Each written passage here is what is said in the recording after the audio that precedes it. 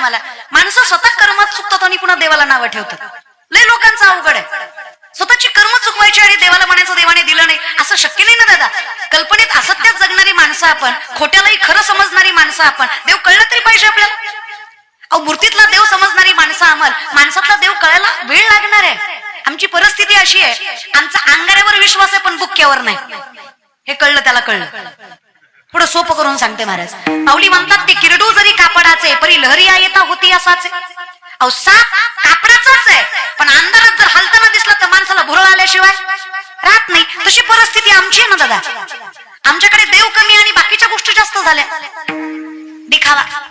नामदेवराय म्हणतात ना, लटके झाले कटके तेथे गाडग्या एवढे राळे, उडत चिमणी चरत झाले तिचे वाटी एवढे डोळे. अशा डोळ्यांना देव दिसला तरी पाहिजे. आमची अवस्था म्हणजे मुंगी व्याली शिंगी झाली तिचे दूध किती, 17 रांजण भरले पिले 12 हत्ती. कोण व्याली? मुंगी. तिचं दूध 17 रांजण. कुणाचं? देवळाली कर बोलत जा, मी तुमची आहे म्हणून तरी बोला, हा ना. कारण आपली ही जी गाव आहेत, आरसोली म्हणा, देवळाली म्हणा, खडकुनी म्हणा, माझं भानसळ म्हणा, ही गावं म्हणजे ज्यांनी मला उभा केलं ही गावं आहे. देवळालीत पहिलं भारूड केलं, पुन्हा कीर्तन केलं. म्हणजे जी लोक म्हणतात की नाही हिला आत्ता प्रसिद्धी आली, त्यांना एकदा देवळालीत आणायला पाहिजे महाराज. कारण हेच ते संत आहेत ज्या शामनाथ महाराजांच्या प्रांगणामध्ये मी भारूड केलं आणि तिथून पुढे मला कीर्तनाचं व्यासपीठ मिळालं. अहो लोकांना प्रसिद्धी फार पटकन दिसते हो, पण पाठीमागचं कष्ट दिसत. माझा बाप काकाला घेऊन फिरलेला कुणाला दिसलं? आम्ही एवढी वर्ष इष्टीला फिरलो हे कुणाला दिसलं? पण आता गाड्या दिसतात महाराज. आता काय कमी पाटलाला मरणच आहे महाराज. अरे पण जेव्हा नेवतं तेव्हा ज्या माणसांनी साथ दिली तेही दिसलंच पाहिजे की दादा. पण लोकांचं लय अवघड आहे. लोक म्हणजे अशी खतरनाक काम आहे ना. शांत कीर्तन केलं तरी म्हणणार न्याबळाट होतं, काय कळा नव्हती, उभं राहिलं गेलं. जरा हसून खेळून एनर्जीने कीर्तन केलं तरी म्हणणार येत काय नव्हतं, नाचू नाचू जिरीवलं. अरे करू काय बाबा. मी माझं एक साधं वाक्य तुम्हाला, पुढच्या पुरीचं भाषण चुकलं तरी टाळ्या वाजवता, हो की नाही? माझी विनंती, बोला, खरंच बोला. तसं असं एकदम असं मड्याला आल्यासारखे बसू नका. तू बोल मी हाय, तू बोल. तुम्ही लय भारी बसला, एक ऍटिट्यूड आहे. तू बोल मी बसलोय, तू बोल मी ऐकतोय, तू बोल बघतोय कशी करते, बोल येणार नव्हतो तुझं नाव ऐकून आलोय, तू बोल. असं नका करू. म्हणजे एकदम असं परीक्षक सारखं बसू नका, आनंदाने बसा. फील द मोमेंट, आनंद घ्या. हे बघा, ही जागा आनंद घ्यायची आहे. देवाशिवाय कोणासाठी रडायचं नाही आणि देवाच्या दाराशिवाय कुठे रडायचं नाही. देवाशिवाय कुठे आनंद व्यक्त करायचा नाही आणि देवाच्या दाराशिवाय कुठे आनंद व्यक्त कधीच नाही. आनंद घ्या, जसं जमेल तसं. हसू वाटलं मोठ्यानं हसा, रडू वाटलं मोठ्यानं रडा, नाचू वाटलं नाचा. आता यांचं काही नाही, पण माझी माय माऊली म्हणन नाच वाटतं ग, नाचली बी असते. नाचायचं काही नाही ग माय, पण कसं सांगू, त्याच्या संग गाठ बांधली तो शहाणा नाही ग. त्याला जर चुकून कळलं नाचत होती कीर्तनात तर घरी गेल्या गेल्या कीर्तन घेईल माझं. घरी गेल्या गेल्या म्हणे लय संती नालती मंडपात तुझ्या अंगात, तू ये घरी तुझी महाराजांकडे. तू लोक आहेत रे ते. नवल वाटतं मला. वरातीत नाचणारी पोरगी सुशिक्षित आहे आणि कीर्तन करणारी नालायक आहे. लोकांची नजर खतरनाक आहे. तुम्ही शॉर्ट्स घालून जर एअरपोर्टवर गेलो तरी तुमच्याकडे कोणी बघणार नाही, पण तुम्ही धोतर घालून जर विमानतळावर गेलात तर अख्खं विमानतळ उघड नजर लावून बघितल्याशिवाय. आमच्याकडे कपडे कमी घालणारे हुशार आहेत आणि जास्त घालणारे मूर्ख आहेत. गंध लावणारा वेडा आणि न लावणारा शहाणा, देवाला मानणारा मूर्ख न मानणारा शहाणा. लोकांची बुद्धिमत्ता झाली. ज्ञानोबांची विंत चाललीच का, तुकोबांचा गाता तरलाच का, रेड्यामुखी वेद बोललाच का, खरंच वैकुंठ गमन झालंच का? माझं माऊली फार गोड उत्तर देतात याचं.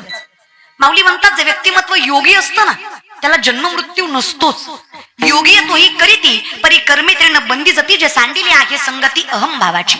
जिथे कर्म नाही तिथे जन्म मृत्यू नाही, तिथे अहम ही भावनाच नाही, तिथं जाणं येणं हा प्रकारच नाही. आणि कसं आहे ना, ही जी गुंतलेली माणसं आहोत ती आपण आहे. मग माऊली म्हणतात ना, ज्या देहावर तुम्ही एवढा गर्व करता तो देह तरी जन्माला येताना तरी सुखाचा आहे का, जाताना तरी सुखाचा आहे ना? येताना सुखाचा ना, जगताना सुखाचा ना, जाताना सुखाचा. माऊली म्हणले किती अवघड आहे या शरीराचं. जर विचारच करायला गेलं तर आपण ज्या आईच्या गर्भामध्ये राहतो तो गर्भ तरी सुखाचा का? एक वेळ करी, जे तुकोबारांची भाषा आहे त्यात माऊली ज्ञानेश्वरी मध्ये सांगतात, फार अवघड आहे या गर्भामध्ये राहणं म्हणजे फार. आणि हे गर्भ एवढी यातना देतं, त्रास देतं. माऊली म्हणतात मातेच्या उदर कुहरी, मातेच्या उदर कुहरी विष्णेच्या दाथरी जठरी नवमासवरी उकडला जे. अहो जो इतके 9 महिने तिथं राहतो आणि त्याची राहण्याची पद्धती म्हणजे विष्ठेतच राहतो ना तो. बरं जन्माला येताना ही त्रास, बरं जन्मल्यानंतर क्लेशोधिक रस्तेच्या व्यक्तासक्त चेतसा अव्यक्ता ही गतीर दुःखम देह वदभीर व्याप्यते. हे देह व्यतीत करणं हे सुखाचं. बरं, मरण तरी सुखाचं आहे का? सगळ्यात जास्त भीती कशाची? मरणाची. माऊली ते सुद्धा सांगतात, हे काळा नाळाचे कुंडी घातली लोणीयाची उंडी, माशी पंख पाखडी तव हे सरे. माशीनं पंख पाखडेपर्यंत जीव निघून जातो. किती वेळात? माशी जोपर्यंत पंख पाखडतीये फडकतीये तोपर्यंत जीव. किती त्रास आहे बघा ना आयुष्यात. मग या सगळ्यामध्ये आवडे हे रूप गोजिडे सगुण पाहता लोचन सुखावले. तुझ्या दारी आलो तुला पाहिलं देवा, आणि सगळ्याच गोष्टीचा विसर पडला. जिथे विसर पडला तिथं योगित्व आलं. जिथं योगित्व आलं जन्म मृत्यू राहिला नाही. जिथं जन्म मृत्यू राहिला नाही तिथं वैकुंठ गमन झालं. अर्थात आहे, पण विषय काय होतो माहितीये का? अहमपणा. मी मोठा. समाधी ही साधी गोष्ट नाहीच आहे. वारकरी संप्रदाय हा नाथ संप्रदायापासून सुरू झालेला संप्रदाय. आदिनाथ गुरु मच्छिंद्रतयाचा, मच्छिंद्राने बोध. आता शामनाथ महाराजांची समाधी ही जेवढी ऐकायला आणि वाचायला सोपी आहे तेवढी घ्यायला आहे का? नाहीच आहे. एखाद्या व्यक्तिमत्वाला समाधी घ्यायची म्हणजे माऊली सांगतात कुंडलिनी शक्ती जागृत करावी लागते. आता कुंडलिनी शक्ती जागृत करायची म्हणजे शरीरामध्ये 72,000 नाड्या, 24 नाड्या प्रधान, 3 नाड्या प्राणवाहक, इडा, पिंगला, सुषुम्ना, यातनं माणसाचा प्राणवायू वाहतो. पूरक, रेचक, कुंभक, श्वसनाचे 3 प्रकार. याच्यावर ज्याचा अधिराज्य आहे. 3.5 वेळे गमसली कुंडलिनी शक्ती बेंबीच्या देठापासून षडशस्त्राचं भेदन करत भ्रमरंध्रात जाऊन मिळते. त्यावेळेस माणसाला समाधी लागते. कळल्यावर लावा तुम्ही. मग आपल्याच्याने जर हे शक्य नाही तर माझे चित्त तुझे. कारण जे सुख समाधी ते सुख मला संतांच्या चरणाशी मिळतं. कारण जिथं सामर्थ्याने मन सुखावायची ताकद आहे. आता कुठे धावे म्हण तुझे चरण देखली या भाग गेला. पण हे झालं कधी तुझं पाहता? कळतंय ना? फक्त समजून घ्या. नुसतं होय होय म्हणू नका. कळतंय का बघा? कळलं तर म्हणा, विनंती आहे की नाही? कळून घ्या.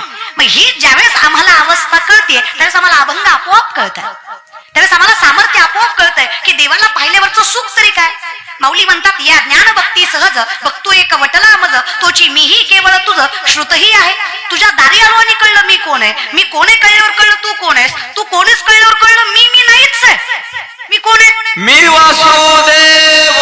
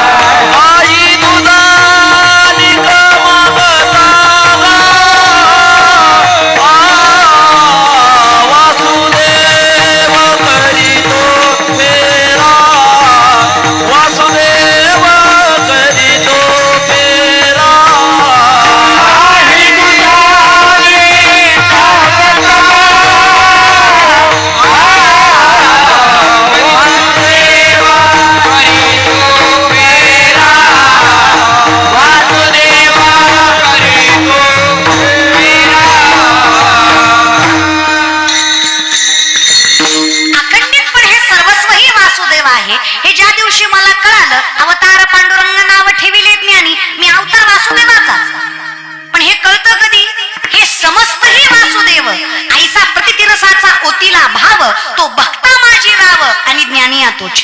माऊली म्हणतात ते अखंड वासुदेव आहे. हे ज्या दिवशी कळलं त्या दिवशी आमच्या भक्तामध्ये त्याला श्रेष्ठ मानलं जातं किंवा ज्ञानी मानलं जातं. राव म्हणजे मोठा, श्रेष्ठ, ज्ञानी मानलं जातं. तोपर्यंत आमच्याकडे त्याला भक्तही म्हणलं जात नाही आणि श्रेष्ठ ज्ञानही म्हणलं जात नाही. मग आम्हाला भक्त जरी व्हायचं असेल तरी तुझं पाहता सामोरे आम्हाला तुझ्याकडे यायची इच्छा निर्मित झाली पाहिजे. आणि ज्या दिवशी आम्ही तिथं येतो त्या दिवशी आम्ही राहत. मग देव माझा मी देवाचा हीच माझी. मग आमची अवस्था ती लवणाची कुंजरे सुदली या लवण सागरे नोहेची मागारे. हे तुकोबाराय सांगतात. मी सामर्थ्याने जे तुकोबाराय म्हणतात की आम्ही एकरूप होतोय. हे लवण म्हणजे मीठ. लवण मिळविता हे माऊली आणि तुकोबारांचं एकमत आहे. मग सामर्थ्याने आम्हाला हे कळण्यासाठी देवाची आवड लागणं फार गरजेची आहे. आता देवाची आवड लावून घेण्यासाठी देवाच्या दारी जाणं फार गरजेचं आहे. देवाच्या दारी जाण्यासाठी प्रारब्ध फार मोठं लागतं. बहुत सुकृताची. तुका बरे म्हणले उगाच देवा तू आवडत नाही, माझ्या वडिलांची मिराशी का तू उगाच कसं आवडची. काही काही माणसं म्हणतात निघालतो कीर्तनाला गेलो नाही, काही म्हणतात गेलत बसलं नाही, काही म्हणतात बसलो मधनं झालं पटलं नाही, काही म्हणतात शेवटपर्यंत बसलो कळलंच नाही. तुमच्या चुकाच नाही हो, तुमची काय चूक आहे त्याच्यात. तुमचे पाय कीर्तनाकडे वळत नाही, तुम्हाला कीर्तन कळत नाही, कीर्तनासारख्या मंडपात तुमचं मन सुखावत नाही. खरंच मायबाप तुमचा दोष नाही. माऊली सांगतात पूर्वजन्मीचं पाप तुम्हाला इथं बसायचा अधिकार देत नाही, त्याला पुण्याची रास फार मोठी लागते. भाषा माझी नाही. टाळ्या वाजव वाटल्या तर वाजवीत जा. मी म्हणलं ना महाराष्ट्रात कोणीतरी कोणाचं तरी कौतुक केलं हे सगळ्यात मोठं कौतुक झालं. कोणीच कोणाचं. तुम्हाला म्हणलं ना पोटच्या पोरीचं भाषण चुकलं तरी टाळ्या वाजवता, हो का नाही. ज्या दिवशी पोटच्या पोरीत आणि व्यासपीठावरल्या पोरीत फरक करणार नाही त्या दिवशी कीर्तन नाही कळलं तरी पुण्य भेटल्याशिवाय राहणार नाही, फक्त नजर तेवढी चांगली ठेवा. एवढं बोलून सुद्धा काय काय धटकोल्यांना टाळी वाजवलीच नाही महाराज. दुसरं काही नाही, त्यांना माझी जिरवायची. ते कीर्तन झाल्यावर म्हणणार लय पोरगी बोंबलत होती, आपल्याला ज्ञान शिकवीत होती, येड्यात काढीत होती, अका मंडप ऐकत होता, पट्टे निसता बसला होता. नसतं रे दादा, करावा असं तीळ मात्र काही नाही आपल्याकडे. माहिती खरं सांगू काहीच नाहीये तरी अहंकार इतका झालाय ना, आपला अहम इतका झालाय ना. ते नामदेवराय म्हणतात तसं मनात कासव गीत काय. खरं तर कासवाला बोलता येत नाही, पण नामदेवराय म्हणले गातो. लोक म्हणले खोटं बोलता काय. आम्ही लटकेची न बोलू वर्तमान खोटे, विष्णुदास नामा म्हणे ऐसी यांची ख्याती, लटके जे बोलती पूर्वज नरका जाती. खोटं बोललं तर कुळच्या कुळ नरकाला जाईल, खोटं बोलणाऱ्याची जात नाही. हे खरंय. हे ज्या दिवशी आम्हाला कळतं की ही कल्पना आहे त्या दिवशी आम्ही सुखी होतो. ही संत मंडळी तोपर्यंत आमचं आयुष्य म्हणजे अहंकाराचा. कळतं ना तुम्हाला. हे नामदेवरायाचं मत आहे आणि अगदीच सत्य बघा. आमची अवस्था इतकी विचित्र होऊन बसली आहे ना, आम्हाला खरं खोटं काही कळतच नाही. हा समाज असा झालाय इथं चार माणसं एकच खोटं बोलली की खोटं सुद्धा खरं होतंय. खरंय का खोटं आहे. करायला खरं म्हणायचं. चुकून पाचवा बोलला तर चार मिळून त्याला खोटं ठरवते. ती क्वांटिटी ना भाई, असं काय करता. क्वालिटीला किंमत नाही राहिली. कुठल्या ग्रंथात लिहिलं होतं दिवाळीत मोती साबण वापरायचा होतं का. तरी सुद्धा 90% महाराष्ट्र दिवाळीला साबण कुठला आणतो. Because of advertisement. 2 महिने आधीपासून जाहिरात असते. उठा उठा दिवाळी आली, मोती सणाची वेळ झाली. दिवाळी आताशी नाहीच आहे. मग आम्हाला ज्या दिवशी कळतं विठोबाचे राजा अम्मा नित्य दीपवाडी, अम्मा नित्य दीपवाडी, विष्णुदास नामाची भावी ओवाळी, त्या दिवशी सर्व सुखले आलो. आम्ही सुखरूप होतो, कल्पनेतनं सुटतोय ना. मग आमच्या इथे सत्य एकच आहे. सत्य तू सत्य तू विठ्ठला. मग काही माणसं म्हणले रामकृष्ण शिवाचं काय. इथंच तर चुकता तुम्ही. हेच तर तुम्हाला कळत नाही. तुम्ही बसलाय मी उभी आहे, ही भेद आहे का व्यवस्था आहे. व्यवस्था आहे. तुम्हाला मी दिसावं मला तुम्ही दिसावं म्हणून केलेली ही व्यवस्था आहे. अगदी तसं भगवंताचे 22 अवतार भगवंतानं केलेली व्यवस्था आहे. त्याच्यात कुठल्याच प्रकारचा भेद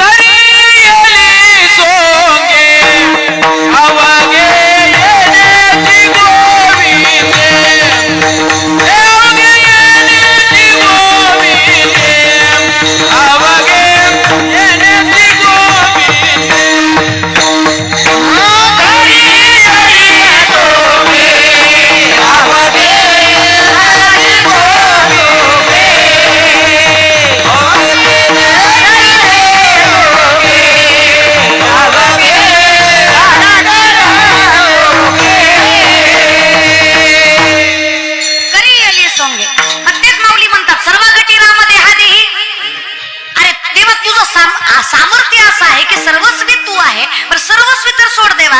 अहम वैश्वानरो भूत्वा परिणाम देहमाश्रित प्राणापान समायुक्त पच्चमिन्नम चतुर्विधम. स्वतः भगवंत सांगतात मी कोण आहे अर्जुना. तू नाकारतोस तरी कसा मला. तुझ्या जठरामधला अग्नी सुद्धा मी आहे. तुझं अन्न पचवणारा सुद्धा मीच आहे.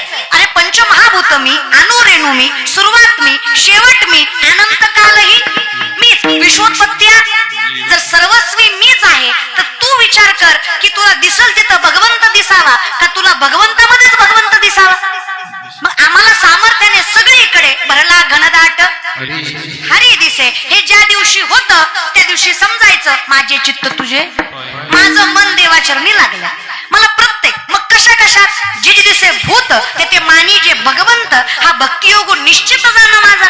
माझी इच्छाशक्ती एवढी प्रबळ पाहिजे की माझ्या ज्ञान आणि क्रियेच्या जोऱ्यावर मला फक्त तूच कुठल्याही रूपामध्ये तुझं रूप दिसलं. कारण मला माहित आहे कुठल्याच व्यक्तिमत्वाचं अस्तित्व किंवा कुठल्याच गोष्टीचं अस्तित्व तुझ्या अंशाशिवाय शक्य तूच आहेस. मग कुठल्याही रूपात